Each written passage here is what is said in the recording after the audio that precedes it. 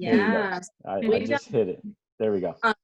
Yeah, to give y'all kind of a quick, rundown of who we have here with us today is we have our freshman summer start peer mentors for EOP. That's four of them. They start next Monday with the program with FSSP. And then we also have some of our STEP and STTP student staff on here. So they'll be going into their full official training next week, and then the program after that. So they're all going to be working with new freshmen, new transfer students this summer. We've got 650 FSSP participants and 175 each for STTP and STEP. So yeah, it's a lot of new folks. But I do want to let y'all know who they are and they're here. So I will let y'all do your introductions and go from there. So I think I will try to get our presentation up on the screen. Bear with me because this has been a little bit of a challenge for me in the past. So let's see.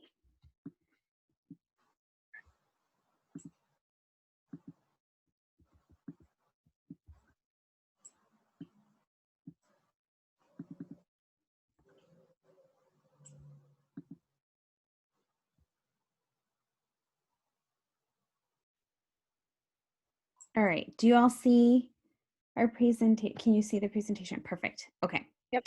So I actually, it's starting in the middle of it. So give me a second. I'm not sure. I think it was like highlighted on okay, there. Sorry about that. Okay. So, hi everyone. I'm Christine Dominguez. I am the Associate Director for Student Mental Health Coordination Services. And I'm accompanied by, I'll let the other two introduce themselves. Sure. Hi all, I'm Natalie Henry. I'm one of our coordinators on Student Mental Health Coordination. I've been working here at UCSB for almost 2 years now. Last time we came and spoke with a similar group, maybe the same program at EOP it was a year ago, yeah. So we had a great time and really appreciate being here today. Hi everyone, my name is McKenna Minahan. I've been here just about a year. So I have not had the pleasure of doing one of these presentations with you all, but I'm happy to be here today. Nice to meet you all. So just so everyone else is aware, we have two other people who are part of our team. We have a coordinator whose name is Mani Yayavi, and he is he's also responsible for responding to students who may be in distress.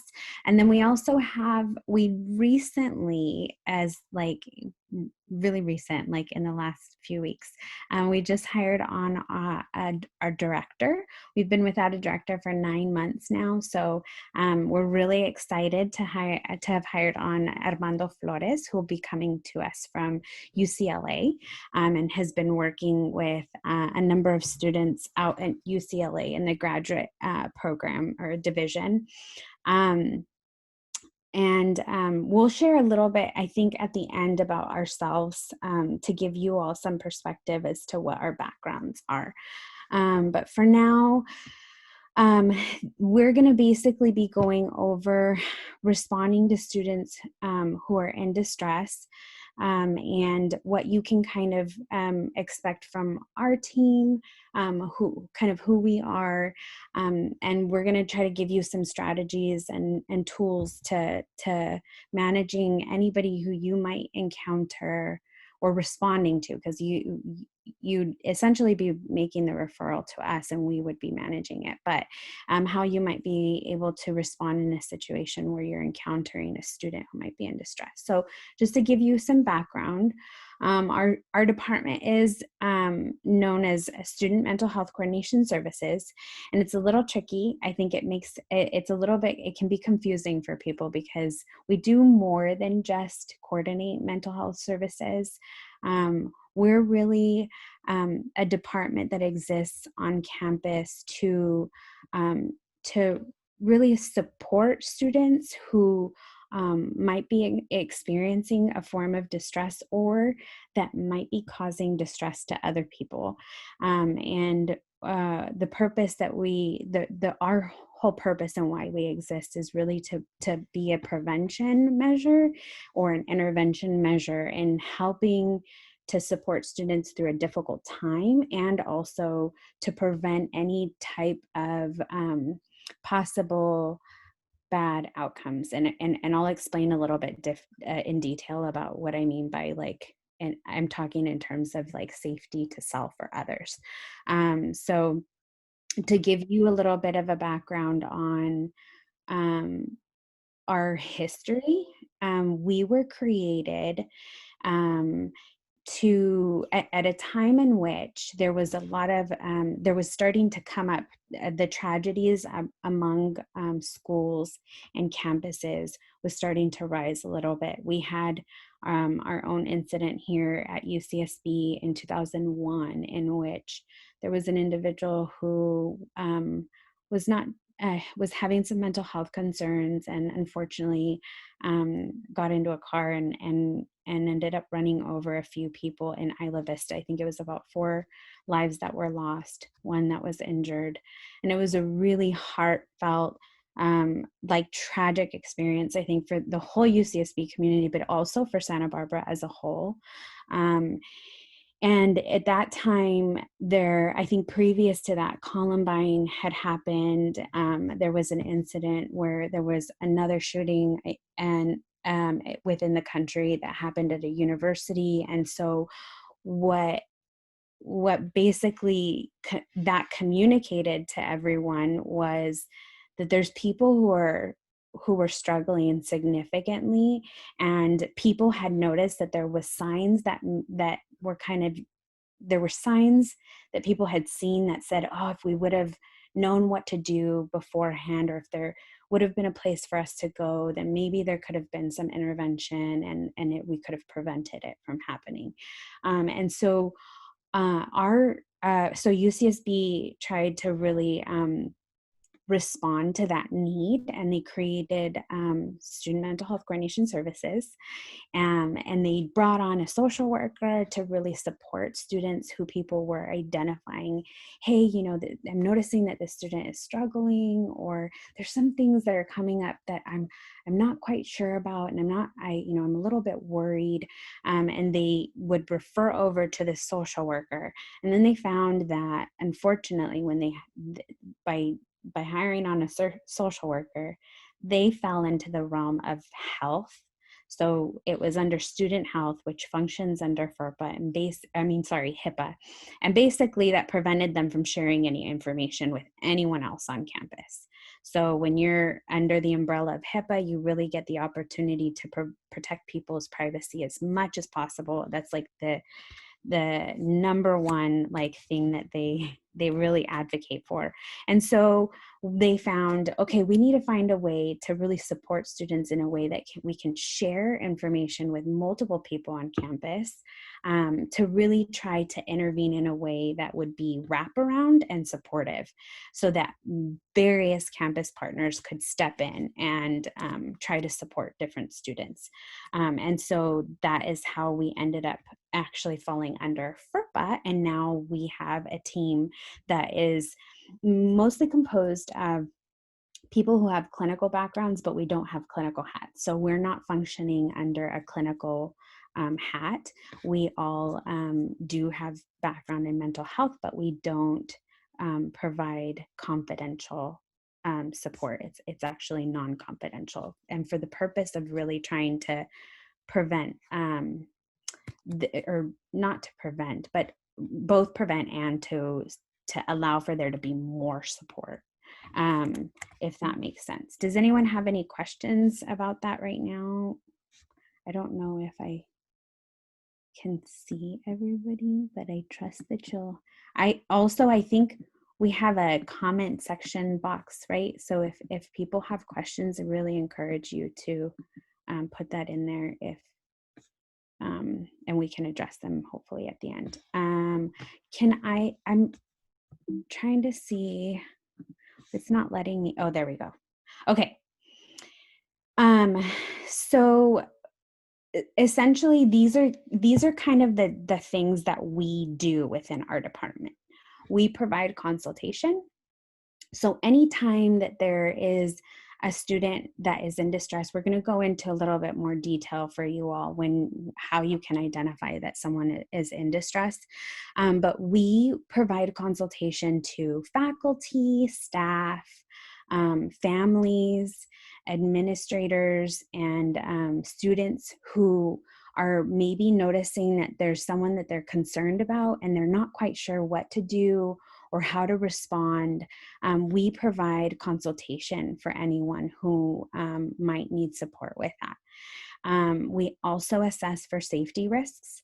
So all of us are trained, and we do some assessing around risk to self and risk to others. We also assess for the needs of students. We recognize that there's oftentimes when there's one issue, there tends to be more. So students are struggling oftentimes not with just one thing.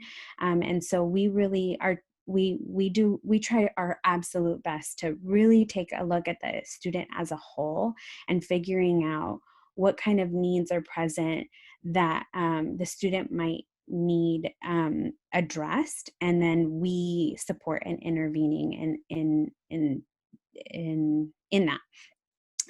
So we provide non-clinical case management, and that is really how we support students in getting connected to different resources on campus. So whenever we notice that there's a particular need, we make sure that we're working collaboratively across campus resources. We work really closely with various different departments who we have like identified as our key people, and are able to kind of move students through processes a little bit faster than they may have if they hadn't really been encountered with our department, which is a really good thing.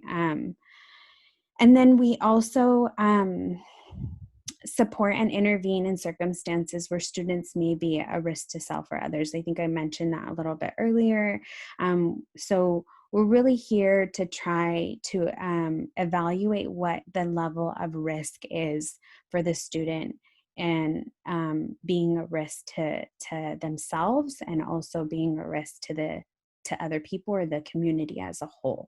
And then we work with, again, like as I mentioned, with various different campus partners to try to figure out what's the best intervention, what's the best support process, and we really try to be as supportive as we can when it's really needed.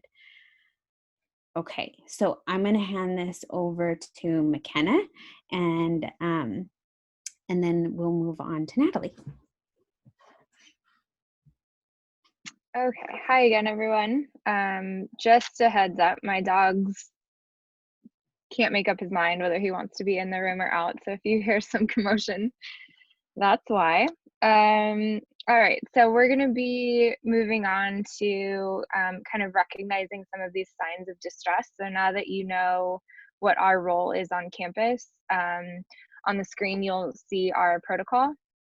So basically, there's a lot on the screen. Don't feel overwhelmed. We're going to break it down for you guys, but all of it entails what to do when you're working with a student in distress. So at the top here, you'll see student behaviors. That's what I'm going to discuss in the next slide. So basically, it's warning signs to look out for. Then we'll move on to what to do when you feel that you need to make a referral to us, or if you need to call 911. So we'll go to the next slide.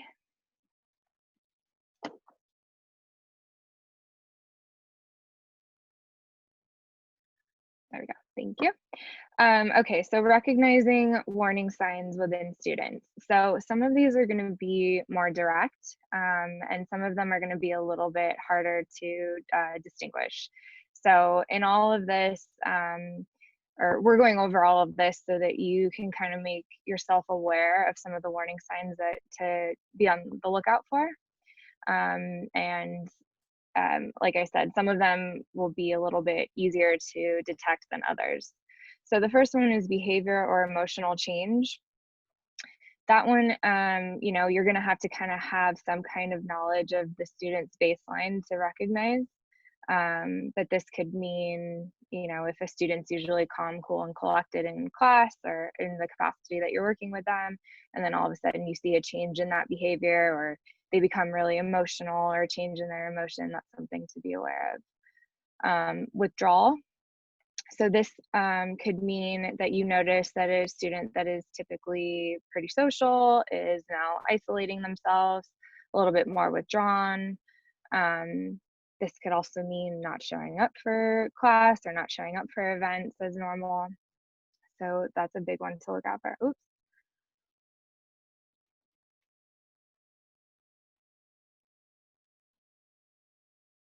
Testing my skills on this one.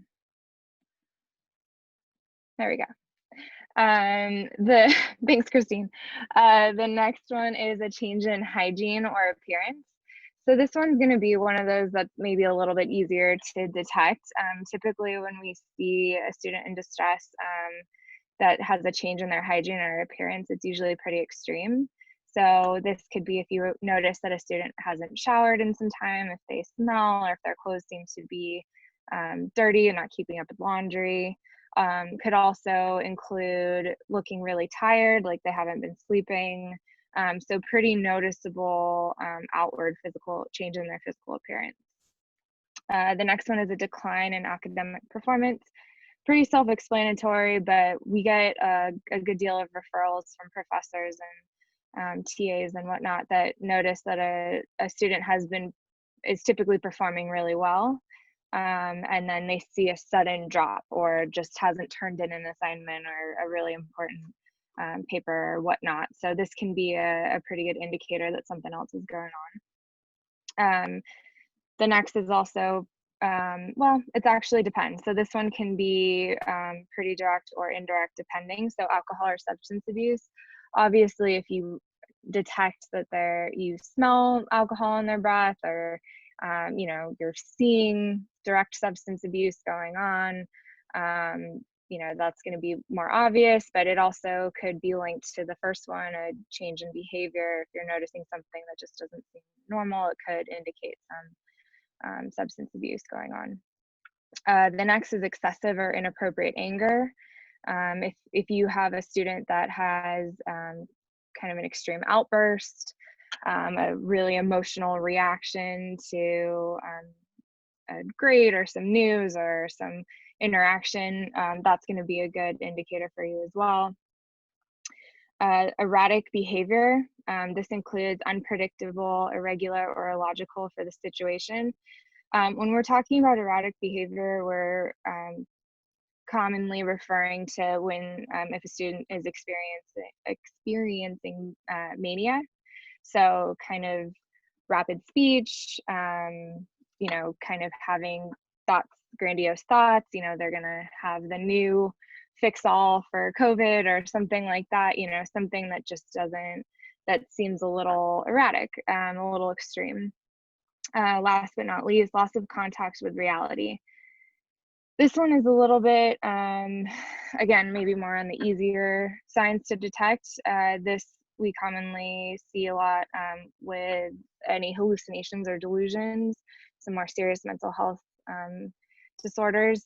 So any kind of thoughts that are not based in reality, thinking that they're, you know, just thinking of a case that we had, thinking that they're the Son of God, came here to, you know, fix everything, or delusions. So they're seeing things that are not there, or that's a hallucination, sorry. Delusions is the one where you're thinking that you're something else. So seeing or believing that you are something that is not based in reality. So all of these are gonna be really good markers for you if you're worried about a student, if you recognize any of this stuff. These are good signs and symptoms to kind of either consult your direct supervisor with, or consult one of us. Like Christine mentioned in the beginning, you can always call and consult with us. So on that note, if you feel like something is maybe up with a student, if you feel